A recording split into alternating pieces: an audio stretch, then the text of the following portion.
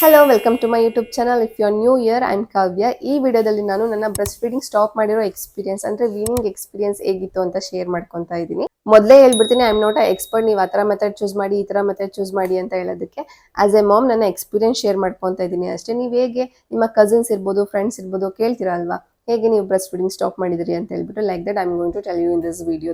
Detail ಆಗಿ explain ಮಾಡೋಕ್ಕೂ ಮುಂಚೆ ಕೀ ಪಾಯಿಂಟ್ ಹೇಳ್ಬಿಡ್ತೀನಿ. ನನ್ನ ಮಗಳಿಗೆ ನಾನು ಹೇಗೆ ಬ್ರೆಸ್ಟ್ ಫೀಡಿಂಗ್ ಸ್ಟಾಪ್ ಮಾಡಿದೆ ಅಂತ ಹೇಳ್ಬಿಟ್ಟು.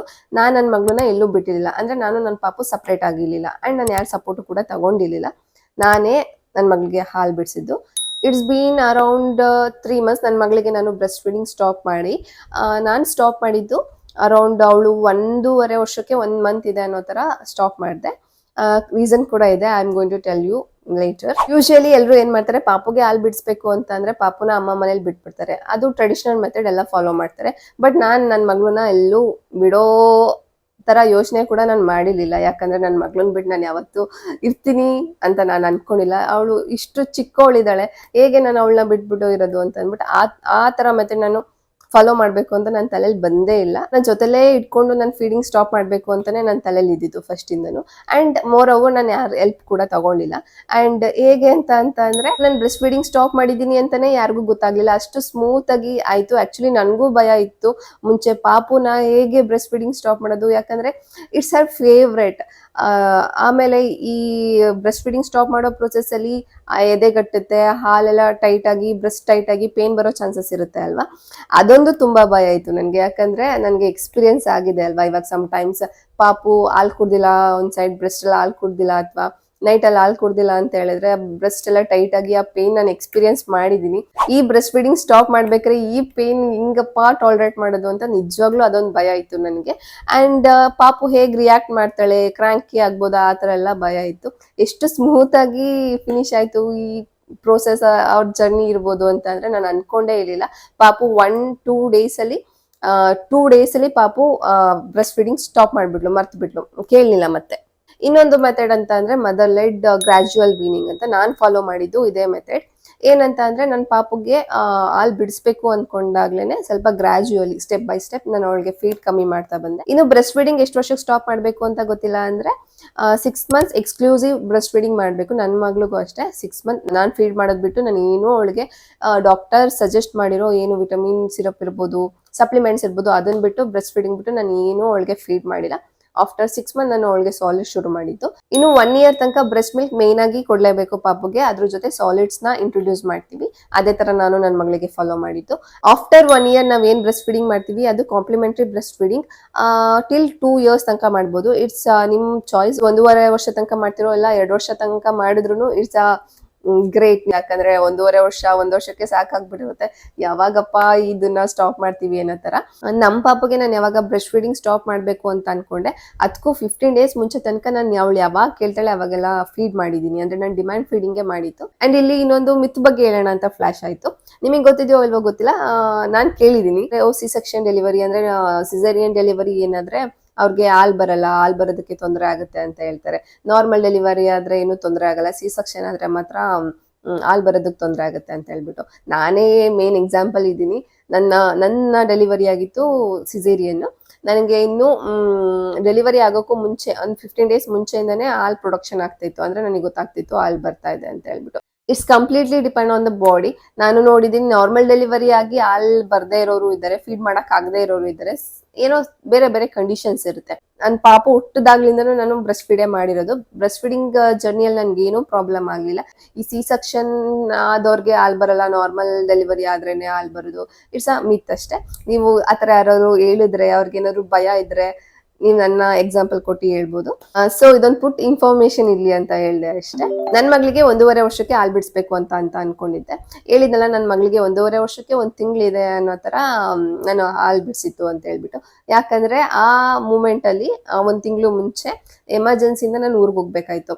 ಅವಾಗ್ಲೇ ಪ್ಲಾನ್ ಮಾಡ್ಕೊಂಡೆ ಬಿಡಿಸ್ಬಿಡೋಣ ಇವಾಗ. ಯಾಕಂದ್ರೆ ನಾವಿರೋದು ಮುಂಬೈಲಿ, ನಾನು ಹಸ್ಬೆಂಡ್ ನಮ್ಮ ಪಾಪು 3 ಜನ ಇರೋದು. ಅಂಡ್ ಬೆಳಗ್ಗೆಯಿಂದ ಸಂಜೆ ತನಕ ನಾನು ಒಬ್ಳೆ ನನ್ನ ಪಾಪು ನೋಡ್ಕೊಂತ ಇರ್ತೀನಿ. ಅವಳು ಯಾವಾಗ್ಲೂ ನನ್ಗೆ ಅಟ್ಯಾಚ್ ಆಗಿರ್ತಾಳೆ. ಊರಿಗೆ ಹೋಗಿಲ್ಲ ಅನ್ನೋ ಪ್ಲಾನ್ ಇಲ್ಲ ಅಂದಿದ್ರು, ನಾನು ಇಲ್ಲೇ ಬಿಡಿಸ್ಬೇಕು ಅಂತ ಅನ್ಕೊಂಡಿದ್ದೆ. ಅವಳು ಏನಾದ್ರು ಹಾಲು ಕುಡಿಬೇಕು ಅಂತ ಕೇಳಿದಾಗ ಹೊರಗಡೆ ಕರ್ಕೊಂಡು ಹೋಗೋದು, ಆಟ ಆಡ್ಸೋದು, ಆ ತರ ಮಾಡೋಣ ಅಂತ ಅನ್ಕೊಂಡಿದ್ದೆ. ಸೊ ಅದೇ ಟೈಮಲ್ಲಿ ಊರಿಗೆ ಹೋಗೋ ಸಿಚುವೇಶನ್ ಬಂತು ಎಮರ್ಜೆನ್ಸಿಯಿಂದ. ಸೊ ಬಿಡ್ಸೋಣ ಅಂತ ಅನ್ಕೊಂಡೆ. ಯಾಕಂದ್ರೆ ಅಲ್ಲಿ ತುಂಬಾ ಡಿಸ್ಟ್ರಾಕ್ಷನ್ಸ್ ಇರುತ್ತೆ. ಅವಳು ಹಾಲ್ ಬಗ್ಗೆ ಅಷ್ಟು ಕಾನ್ಸಂಟ್ರೇಟ್ ಮಾಡಲ್ಲ. ಆಟ ಆಡ್ತಾ ಇರ್ತಾಳೆ ಊರಲ್ಲಿ, ಅವ್ರ ಅಜ್ಜಿ ತಾತ ಇರ್ತಾರೆ, ಬೇರೆ ಮಕ್ಳು ಇರ್ತಾರೆ, ಆಟ ಆಡ್ತಾ ಇರ್ತಾಳೆ. ಹಾಲೇ ಬೇಕು, ಮಮ್ಮನೇ ಬೇಕು ಅಂತ ಅಲ್ಲಿ ಆಟ ಮಾಡಲ್ವಲ್ಲ. So this is the right time, ನಾನು ಇವಾಗಲೇ ಬಿಡಿಸ್ಬಿಡೋಣ ಅಂತ ನಾನು ಸ್ವಲ್ಪ ಒಂದ್ ತಿಂಗಳು ಹೆಚ್ಚು ಕಮ್ಮಿ ಆದ್ರೂ ಪರವಾಗಿಲ್ಲ, ಇವಾಗಲೇ ಬಿಡ್ಸೋಣ ಅಂತ ಅನ್ಕೊಂಡೆ. ನಾನ್ ನಮ್ಮನೇಲೆ ಇದ್ರು ನಮ್ಮ ಅಮ್ಮಗೂ ಗೊತ್ತಾಗ್ಲಿಲ್ಲ ನಾನು ಹಾಲ್ ಬಿಡ್ಸಿದೀನಿ ಅಂತ ಹೇಳ್ಬಿಟ್ಟು. ಅಂದ್ರೆ ಹಾಲ್ ಬಿಡಿಸ್ತೀನಿ ಅಂತ ಗೊತ್ತಿತ್ತು, ಹಾಲ್ ಬಿಡ್ಸಿದೀನಿ ಅಂತ ಅವ್ರಿಗೆ ಗೊತ್ತಾಗ್ಲಿಲ್ಲ.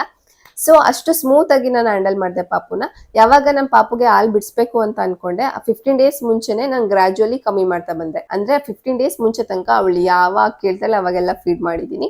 ನೈಟ್ ಟೈಮ್ ಮಾತ್ರ ಅವಳು 2 ಟೈಮ್ಸ್ ಕುಡಿತಿದ್ಲು. 1 ಗಂಟೆ, ರಾತ್ರಿ 1 ಗಂಟೆ ಅರೌಂಡ್ ಎದ್ದು ಕುಡಿತಾ ಇದ್ಲು. And early morning 5 o'clock 4:30 around ಅಲ್ಲಿ ಎದ್ದು ಕುಡಿತಾ ಇದ್ಲು ಅಷ್ಟೇ. ನೈಟ್ ಟೈಮ್ 2 ಟೈಮ್ಸ್ ಕುಡಿತಿದ್ಲು. ಹೇಳಿದ್ನೆಲ್ಲ ಊರಲ್ಲಿ ಬಿಡಿಸಿತ್ತು ಅಂತ ಅಲ್ಲಿ ನಾನು ಆಲ್ಮೋಸ್ಟ್ 1 ಮಂತ್ ಇದ್ದೆ. 1 ಮಂತ್ ಅಲ್ಲಿ ಓಕೆ ನಾನು ಇವಾಗ ಬಿಡಿಸ್ತಾ ಇದ್ದೀನಿ, ಇನ್ ನೆಕ್ಸ್ಟ್ 15 ಡೇಸ್ ಅಲ್ಲಿ ನಾನು ಇವಾಗ ಗ್ರಾಜುಯಲಿ ಕಮ್ಮಿ ಮಾಡ್ಕೊಂತಾ ಇದ್ದೀನಿ, ನೆಕ್ಸ್ಟ್ ನಾನು ಅವಳಿಗೆ ಫೀಡಿಂಗ್ ಸ್ಟಾಪ್ ಮಾಡ್ತಾ ಇದ್ದೀನಿ ಅಂತ ನಾನು ಪ್ರಿಪೇರ್ ಆದೆ. ಅವಳು ಮಾರ್ನಿಂಗ್ ಟೈಮ್ ಮಲ್ಕೊಬೇಕಾದ್ರೆ ಹಾಲು ಕುಡಿತಿದ್ಲು. ಮಲ್ಗೋಕ್ಕೂ ಮುಂಚೆ ಮಾತ್ರ ಕುಡಿಸ್ತಿದ್ದೆ, ಯಾವ ಟೈಮಲ್ಲೂ ಕುಡಿಸ್ತಿಲ್ಲ. ಮಾರ್ನಿಂಗ್ 2 naps ಆಗ್ತಾ ಇತ್ತು, ಮಲ್ಗೋಕ್ಕೂ ಮುಂಚೆ ಕುಡಿಸ್ತಾ ಇದ್ದೆ. ಅಂಡ್ ರಾತ್ರಿ ಟೈಮ್ 2 ಟೈಮ್ಸ್ ಕುಡಿತಾ ಇದ್ಲು ಅಷ್ಟೇ. 4 ಟೈಮ್ಸ್ ಕುಡಿತಾ ಇದ್ಲು. ಯಾಕಂದ್ರೆ ಊರಿಗೆ ಹೋದಾಗ ಅಲ್ಲಿ ಯಾವಾಗ್ಲೂ ಹಾಲು ಕುಡಿಬೇಕು ಅಂತ ಡಿಮ್ಯಾಂಡ್ ಮಾಡ್ತಿರ್ಲಿಲ್ಲ. ಬಟ್ ಮಲ್ಕೋಬೇಕಾದ್ರೆ ಮಾತ್ರ ಅವಳಿಗೆ ಬೇಕೇ ಬೇಕಿತ್ತು.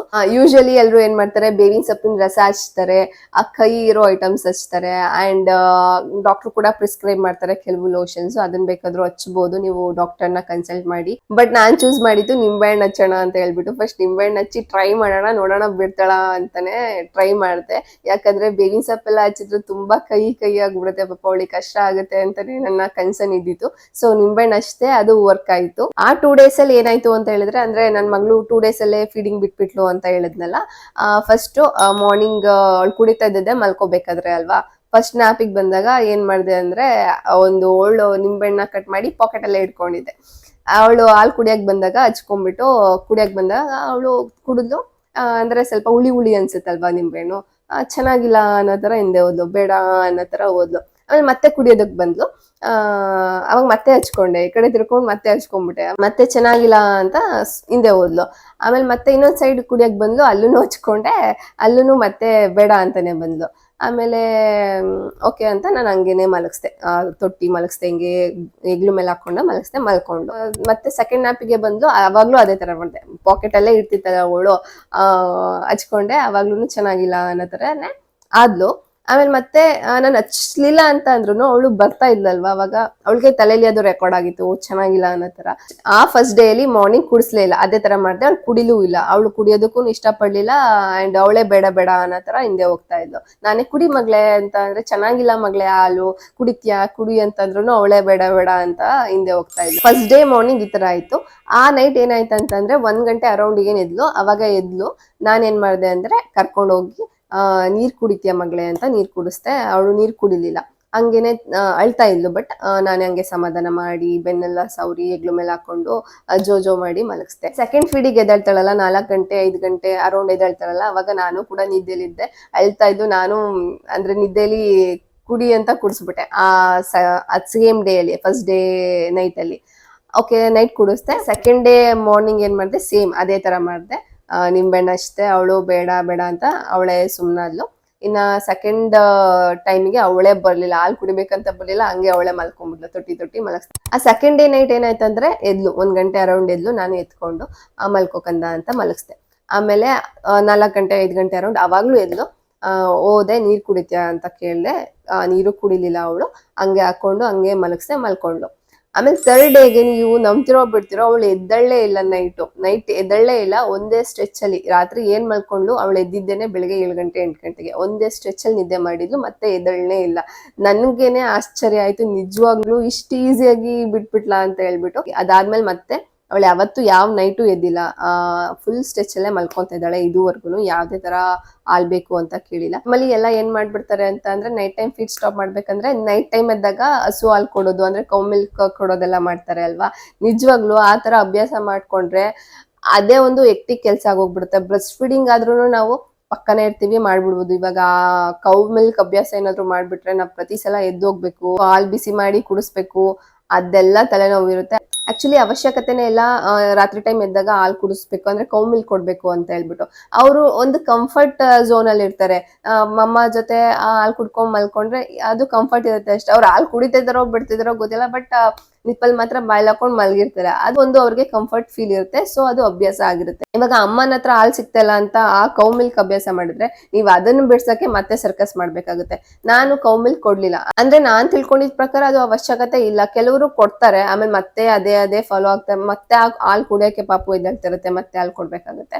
ಸೊ ಅದಕ್ಕೆ ನನ್ನ ಪಾಪುಗೆ ಕೌ ಮಿಲ್ಕ್ ರಾತ್ರಿ ಅವಳು ಎದ್ದಾಗ ಕೊಡೋ ಅಭ್ಯಾಸ ಮಾಡ್ಲಿಲ್ಲ. ವಿತಿನ್ 2 days ಅವಳು ಸುಮ್ನೆ ಒಂದೇ ಸ್ಟ್ರೆಚ್ ಅಲ್ಲಿ ಮಲ್ಕೊಳಕ್ ಶುರು ಮಾಡಿದ್ಲು. ನಾನು ಯಾವ ಹಾಲು ಕೊಡ್ಲಿಲ್ಲ. ಎದ್ದೇಳ್ತಾರ ಮಕ್ಳು, ಎದ್ದೇಳ್ತಾರ, ಎತ್ಕೊಂಡ್ ಮಲ್ಗಿಸಿ, ಇನ್ನೂ ಹೇಳ್ತಾರೆ ನೀರ್ ಕುಡಿತಾರ, ಕೇಳಿ ನೀರ್ ಕುಡ್ಸಿ. ಇಲ್ಲ ರಾತ್ರಿ ಹೊತ್ತು ಪಾಪುಗೆ ಹೊಟ್ಟೆ ಹಸ್ತಿರುತ್ತೆ, ಎದ್ದಾಗ ಹಾಲು ಕುಡಿಸ್ಬೇಕು, ಕುಡಿಸ್ತೀವಿ ಅಂತ ಅಂದ್ರೆ ನೀವ್ ಕುಡ್ಸಿ, ಇಟ್ಸ್ ಅಪ್ ಟು ಯು.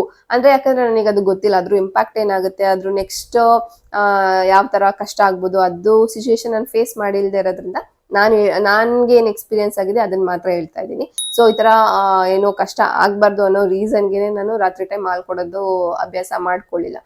ನನ್ ಮಗಳಿಗೆ 1 ವರ್ಷ ಆಗೋ ತನಕ ನಾನು ಯಾವುದೇ ಕೌ ಮಿಲ್ಕ್ ಇಂಟ್ರೊಡ್ಯೂಸ್ ಮಾಡಿರ್ಲಿಲ್ಲ. ನಾನು ಆಲ್ಮೋಸ್ಟ್ ಅವಳಿಗೆ ಕೌ ಮಿಲ್ಕ್ ಕೊಡಕ್ ಶುರು ಮಾಡಿದಾಗ ಅವಳು ಆಲ್ಮೋಸ್ಟ್ 1 year 3 months 4 months ಅಲ್ಲಿ 3 months ಅರೌಂಡ್ ಅಲ್ಲಿ ನಾನು ಕೊಟ್ಟಿದ್ದೀನಿ ಅಷ್ಟೇ.